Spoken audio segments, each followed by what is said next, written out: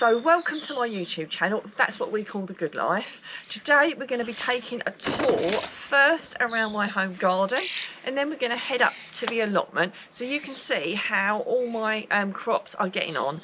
It's been a challenging year for sure, and not everything I've started off has turned out perfectly already. But it is still quite early, and I just wanted to kind of keep it real and show you how my things are doing so you can compare them to how your things are doing, and hopefully it will give you some confidence to keep going, because it's definitely worth it and we're all going to get a fantastic crop this year. So let's start off here in my home garden so you can see how things are getting on. So if we head over to the SubPod, so obviously I compost in here, but I often keep my herbs in here. Now, when I first put in my parsley and my coriander, they look quite pale like these ones did. But over the last few weeks, they've started to green up quite nicely. So that's parsley and that's coriander. Now, when I put these in originally, they looked a little bit like this and they were a bit pale. So I've actually transferred some more from my greenhouse into my SubPod. So I'm hoping that they're going to colour up just like these have. I get through a lot of parsley and a lot of coriander. So I kind of need it to do well, otherwise I'm going to be relying on the farm shop or the supermarkets. The rocket, the wild rocket, if you don't have wild rocket, is really worth growing. In fact, it can become quite invasive, so it's something that's worth growing if you haven't got any already. This just self-seeds each year. I get a lot self-seed and I just let a little bit stay so I can use it to eat with. I've just put in my grafted aubergines that I've got from Sutton's. I've covered them with the netting because unfortunately I'm not exactly sure what happened, but I think a little cheeky pigeon might have nipped the top off. I'm hoping that it's still going to be okay because it's still got some shoots coming out the side. And this one on the other hand is doing a little bit better. And with the slugs and the snails and the pigeons and everything else, you feel quite nervous putting things out, but the point has to come where it has to come out at some point, and that's why it's out with a bit of netting on it, because I think the pigeon might have got the top of that. But what can you do, you know? I'm sure it will all be fine. Like I said, not even my stuff's perfect. And I don't even normally net things like, I think, my aubergines or my peppers, but the pigeons have been quite a pest as well this year. So just initially, I popped some netting over my sweet peppers there, just to give them a little bit of protection, just in case the pigeons feel like getting those. Once they're established, they'll be fine. And my tomatoes, when I first put my tomatoes out, I don't know if anyone remembers, even as a YouTuber, I get embarrassed. I think, oh my God, these are on video. They look really, really pale, but they're coming good now. Yeah, so a few weeks down the line, they're all looking quite nice and green. And I've even got some lovely little tomatoes on this one. This is Tiger Reno, as you can see by the texture of the colour of the fruits already, you know. So you just have to bear with, you have to put the stuff out, and you just have to have a little bit of faith. Not everything's going to survive, but again, it is still really quite early. We're in Kent and it's warmer here, so for different parts of the country it's probably even more of a challenge, but it is quite normal for stuff to look a little bit pale when you put it out sometimes. I've got my corn over here again. You know, a couple of weeks ago this was a different story. They didn't look great, but they're starting to colour up a little bit more now, and they're starting to look a little bit happier, so I think they're going to be okay. But yeah, when I first put these out, they weren't looking how I wanted them to look, and every time I looked down at this patch, it looked like the birds were down here pecking away at them. And yes, I've lost a few, but there's still plenty in there and they're doing fine. These are just sweet peas, which I have taken a few off of. They are doing really, really well. But I've only had a few handfuls to use as cut flowers. I think I'm going to have to tie them back a little bit because they're starting to puff out a bit more than I want them to with the Sweetcorn here. I've got my strawberries down here, and again, you know, it was only a few weeks ago I was looking at them and it just looked like nothing was happening. The fruits all looked rather odd shaped and I thought they were never going to do anything. And while I've only had 4 off, and they are starting to come to fruition now. So almost ready, still got a little bit of white on them, so hopefully a couple more days and I will start taking some of these off. And yes, some of them are a little bit knobbly bobbly, but they are my knobbly bobbly, and I'll be eating them anyway, even if they're an odd shape, because I've grown them myself. So hopefully within the next week I'll be able to take a few more of those off. And the beans here have definitely been attacked by the slugs or the snails, but I have still got some French beans coming up and they are going to, I'm sure, produce some beans at some point. And even the ones that are nibbled down have recovered a little bit. And I have got some more started off in the greenhouse to have as spares. So that's one of the things I always say, make sure you've got spares, and it is only still June, so it's plenty of time to be starting plenty of things off. If you follow me, you know that I have got a video out of more things you can sow. These are some of my backup courgettes and squashes. We're going to head up the allotment, so we're going to see whether I need these backups or not. I have lost a few to the slugs or snails, but I put a few more out the other day, and hopefully, fingers crossed, they're going to be okay. As we head into the greenhouse, I've still got plenty to do. I've got more backup plants here, and I've got some cabbages that I do need to put out. I just haven't got the ground prepared. So if you're thinking, oh, I haven't got everything out, I haven't got everything out either. Just to reassure you. So I've got some spare and some lettuces that I need to prick out. I've run out of compost, so I'm going to have to get some more compost, but I've got some romaine lettuces there, I've got some cos lettuces there, I've got some frilly leaf which I'll probably just put out in clumps, I've got some leeks that I need to put out this month, so as you can see I've still got plenty that I need to do, and I've got some Cape gooseberries here. I want to put my Cape gooseberries out to replace my peas, but my peas still seem to be doing really well, so I can't put my Cape gooseberries where I want to put my peas because my peas are still doing really well. I have put one of these Cape gooseberries out into a pot, and I am going to pop some of these up at the allotment as well. I've never grown these very well successfully because I've never got them started off very early, but these on the other hand seem to be doing jolly well, so I'm looking forward to getting those out. I've got some tomatoes in here, which I believe I might have a tomato starting to form down the back here. So just there, that's probably my first tomato in my greenhouse. So bizarrely enough, even though I've got tomato greenhouses, they're roughly at the same stage as the ones that are out there. Even though these look a bit bigger and a bit greener and a bit lusher, I've got tomatoes out there too. So they're not really ahead of themselves, but we'll see whether they ripen up any quicker. And I've got some cucumbers which are definitely starting to fill out. And I keep watering them, hoping that they're going to fill out quicker, but they seem to be doing it in their own time, shall we say. But they're definitely bigger than they were when I first looked. So hopefully it would be really nice in a week or two if I had my own cucumbers. I have got my own salad leaves which I've been eating, which have been absolutely lovely. And obviously my peas, I have been eating some of my peas for some weeks now, and I'll be taking some of these off today. As you can see here, these are full-size peas, not mange tous, but you can pick them smaller and eat them smaller if you want. But I'm going to be having some peas with my tea this evening, so I will be taking some of those off. So now let's head up at the allotment and see how everything's getting on up there. So we're now up at the allotment, and I'm going to just take you for a little tour around of what I've been doing. I've actually been up here doing a few bits already, and I'm just going to finish off and run through what I've done and also how things are going as well. So I've got the globe artichokes here. I mean, obviously we can let these get a little bit bigger, but I prefer to harvest them a little bit smaller, and then they're much easier to deal with, but it's up to you. So these have actually, they were honestly so small last time I was up here, and they've suddenly shot up. So I've also noticed a little bit of black fly on things actually today, so keep an eye out for black fly. So that's those harvested. And there's ants on there because there's black fly. They're attracted to the sap, I think. Correct me if I'm wrong. The rhubarb, I know lots of people were saying that their rhubarb had flopped back, and it does often after the first picking. As you can see, mine's really starting to show some really positive signs now. You know, and that was only a week or so ago that I last looked at it. I'm not picking any today, but if I wanted to, I could take a little bit. But personally, I'm going to let it get a little bit bigger. And then I will definitely harvest some more off. So hopefully your rhubarb's doing really well. Got ants crawling all over me. How lovely. The good life, eh? As we move down, my raspberries, I'm not harvesting any yet, but hopefully it won't be too long. I don't know if anyone else is harvesting their raspberries at the moment, but they're showing really good signs. You know, we've all moaned about the rain, but there's definitely been some big winners. My apples, I've got more apples and they're definitely bigger this year than I've ever had before.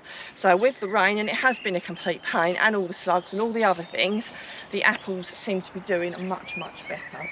I've got a lovely lot of bloom on the on the blackberries there, and as you can see, my apple's in the tree there, look. My apple tree is typically ridiculously poor, the one up at the allotment, this one here, but there's far more apples on there than I've ever seen, so that's really, really good.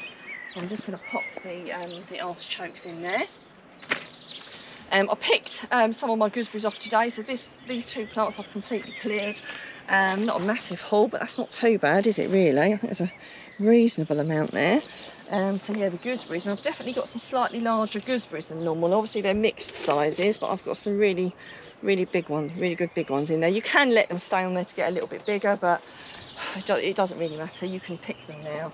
If I'm honest, I'm running out of netting, so something has to get uncovered so that I can start to cover more things. So my onions are doing quite well. I've got 2 types of onions. I've got my overwintering onions and my spring ones. And what you might notice on some of the onions is that they are going to seed. You just nip the tops off. I mean, on these ones, it's really not going to make any difference because, as you can see, they've started to flop down. So they're almost ready to harvest. So once the onions flop down, that's a sign that they've stopped growing. But obviously they've not all flopped down, so I'll leave them a little bit longer. I pulled one today because I need one for my dinner tonight. So if you're like me and you've got the odd ones, you don't have to wait for them to be ripe. You can pick an onion at any time you want to. It's just a question of the size. The ones that are a little bit more, these ones, the red ones typically go to seed more than the white ones. It's just the way they are. But again, you just take the little bit off the top. That's all you do. All it means is it might not get quite as big, and it probably won't keep so well, but it's all still perfectly good eating when they go to seed. But yeah, the chances are they won't get as big and they won't keep as well, but it's not the end of the world. Just make sure you nip them off when you see them. Now, one of the big things that has done really well with all the rain we've had is definitely my potatoes. I dug some the other day and we've eaten them all already. I've never, I don't think ever harvested potatoes in June, especially at the beginning of June. So I am really, really pleased. So despite all the challenges that we've had this year, I do hope that you're experiencing some successes, and it would be really lovely to hear how your allotments are doing at the moment, or your home gardens. I mean, look at the size of those. It's the beginning of June. I've not done anything different with them. So nothing special. I've just planted them like I always do. These are Charlotte potatoes, and honestly, I possibly could have dug them even sooner, which I've never had them as good. So I'd love to know how other people's potatoes are doing as well. So I'm just going to dig one plant with the Charlotte potatoes. Some people dig everything all at one time. I don't. I dig them as I need them because they store really, really well in the ground. They just get a little bit bigger. Is the only difference. So I'll give this a good dig, make sure I've not missed any. I might need a second plant. I only dug one plant the other day, and it was enough to feed us twice. You know, all 3 of us. I was really, really pleased with that. To make sure I haven't missed any. I shall come back and finish that off and make sure I haven't missed any, and maybe dig another one as well. So let's pop those in my basket. I'm going to leave them behind, alright. So as you can see, I've harvested some broad beans there, and one piece of purple sprouting. I wonder who's going to get that, whether we can divide it in 3. So we'll see. We'll pop those there. So as we move over, I planted out some fennel and some spring onions, and it looked like they got eaten, and I thought, oh my goodness, none of them will survive.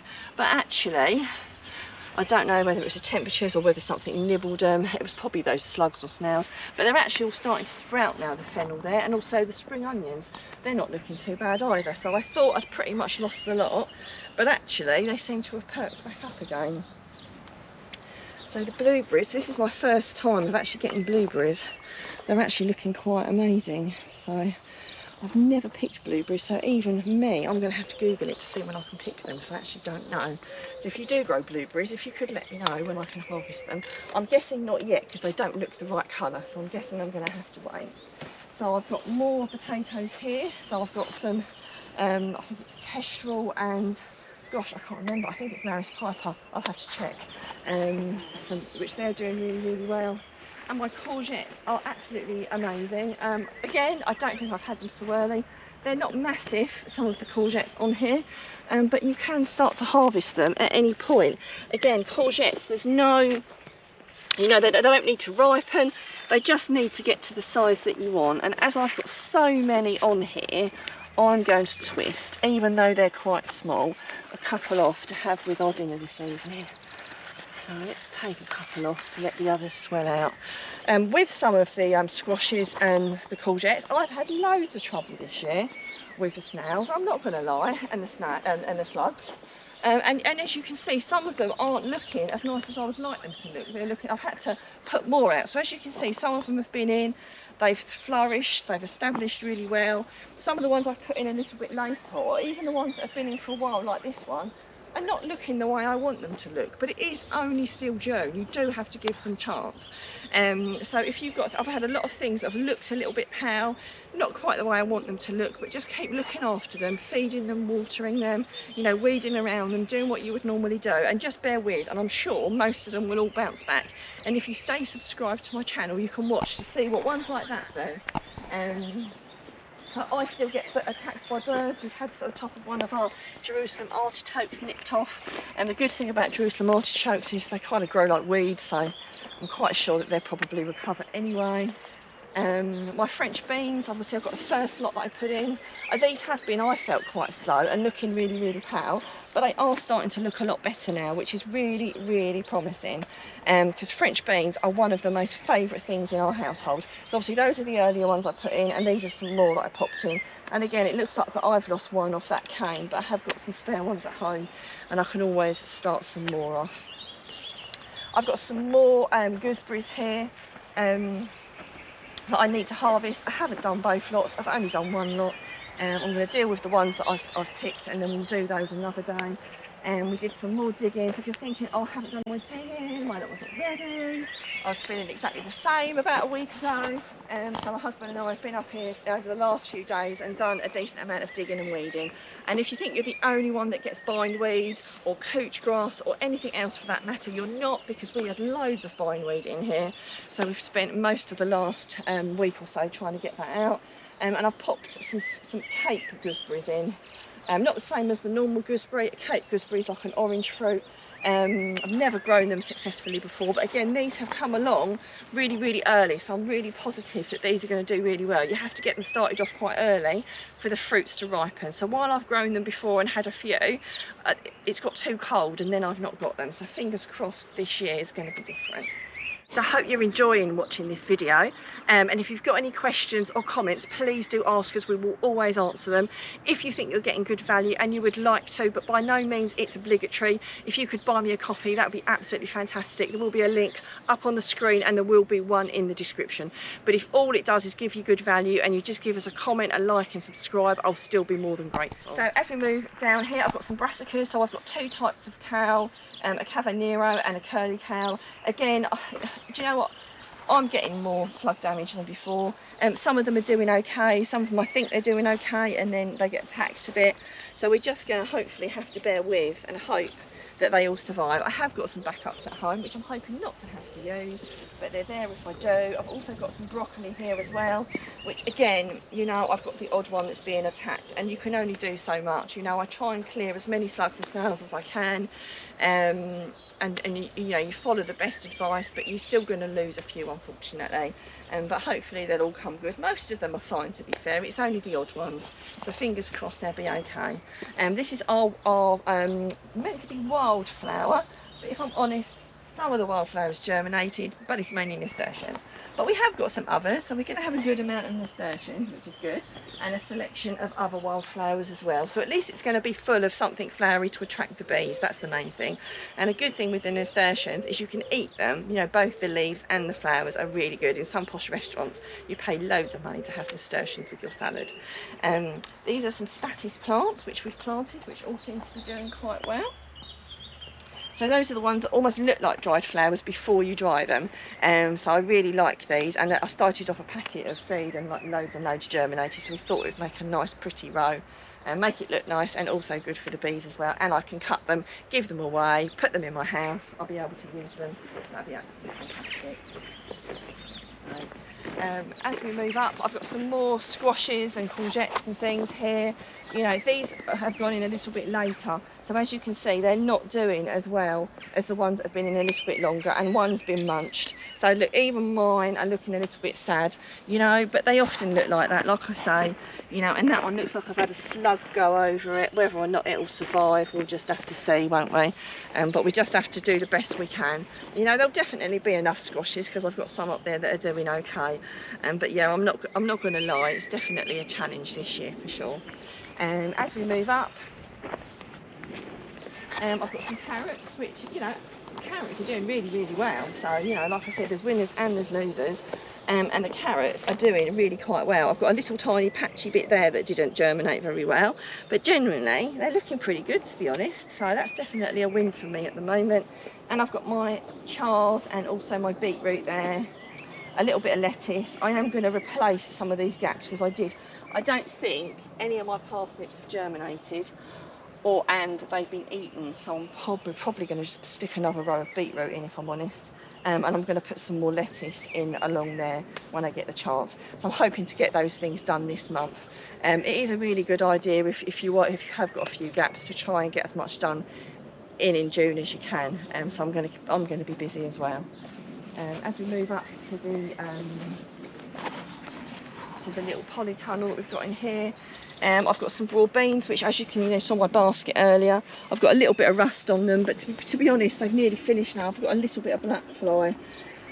So do keep an eye out for black fly. When you've only got a little bit, you can just rub it off with your fingers, you know, maybe put a pair of gloves on and rub it off. I try not to spray them if I can, and I'm going to try and avoid it with these, only because they have nearly finished, so it's a bit pointless.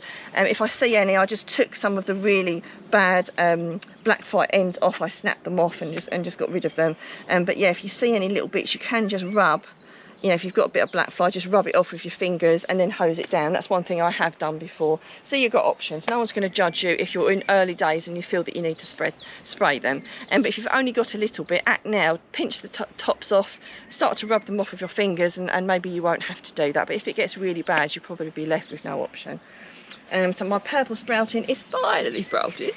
So I've just taken a couple of bits off actually, but as you can see, there's some lovely little sprouts going on there. So it's not looking too badly at all. So as we move up, my blackcurrant bushes, I'm not sure whether I've got any more blackcurrants this year, or whether it's just that the plants have grown a lot more. I think with the rain, they just got really, really massive. So I'm not entirely sure if I have. I've definitely got blackcurrants on there. I'm gonna have to tie this one up. As you can see, there's a lovely lot of blackcurrants on there, and there's loads underneath the netting as well. I'm going to have to try and hoist that up underneath somehow. I'm not entirely sure how I'm going to do that because I don't really want it in the dirt. It is really important to cover your blackcurrants because the birds absolutely love blackcurrants, and I've lost like a whole load when I've not covered it, so it's really worth covering it if you've got it. Now I do hope you've enjoyed the tour of my allotment. If you're wondering what you can be doing now, we have got a video on what to sow, and I will put a link up on the screen, and there will be one in the description.